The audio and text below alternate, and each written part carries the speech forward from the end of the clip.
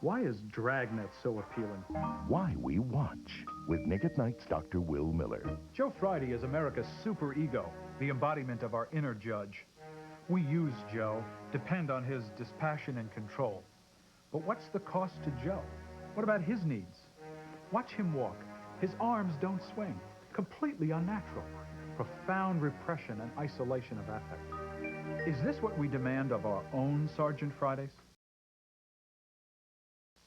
Inside, Ted Baxter is saying, if only Lou would hold me, everything would be all right. Why We Watch with Nick at Night's Dr. Will Miller. Ted is like a spoiled little boy.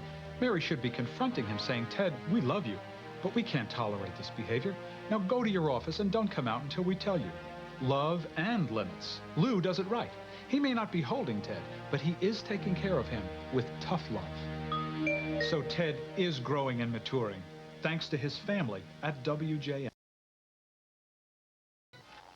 My idea is that television is analysis. Why We Watch with Nick at Night's Dr. Will Miller. Television and psychoanalysis may at first appear to be unrelated, but both focus on the ongoing human struggle to create and sustain relationships.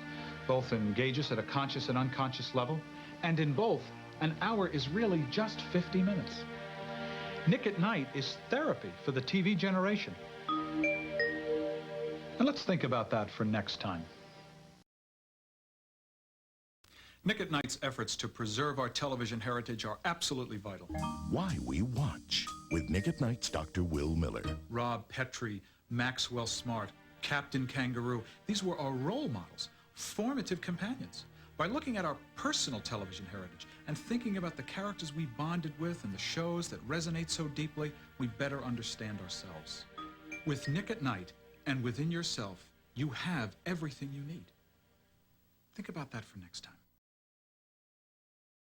The horse is the animal that looks the most naked. Why We Watch with Nick at Night's Dr. Will Miller. As such, the horse is often a symbol of sensuality, passion, libido.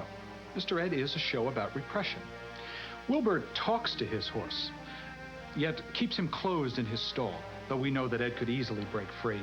And isn't that what we're afraid of, really? That we will lose all inhibition, break loose, and run wild through the town like a stallion? And Carol.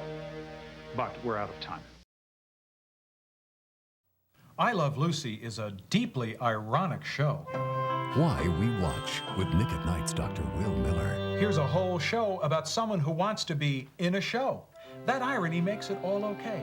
No matter how often her schemes fail, we know what Ricky doesn't. That Lucy is a success. Lucy is the show. Now, we all have shows we want to be in. Maybe you're like Lucy, trying so hard to be a star, you don't know you already are one. Look at Alfred Hitchcock. Careless, chubby, an infant. A big infant. Why We Watch with Nick at Night's Dr. Will Miller. Like a giant cherub of terror, Hitchcock reconnects you with your inner child. As infants, we're at the mercy of external forces. When we watch the terrifying dramas Hitchcock presents, we relive those unresolved feelings of helplessness. For a half hour, you're in your crib again. But as host, Alfred turns on the lights to show you there's nothing there. Is there? Do couch potatoes belong on the couch? Why We Watch with Nick at Night's Dr. Will Miller. I believe the couch, as a symbol of psychoanalysis, led directly to the phrase couch potatoes.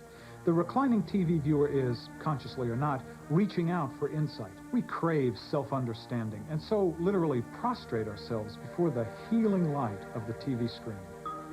Imagine the psychological state of our nation if our television heritage.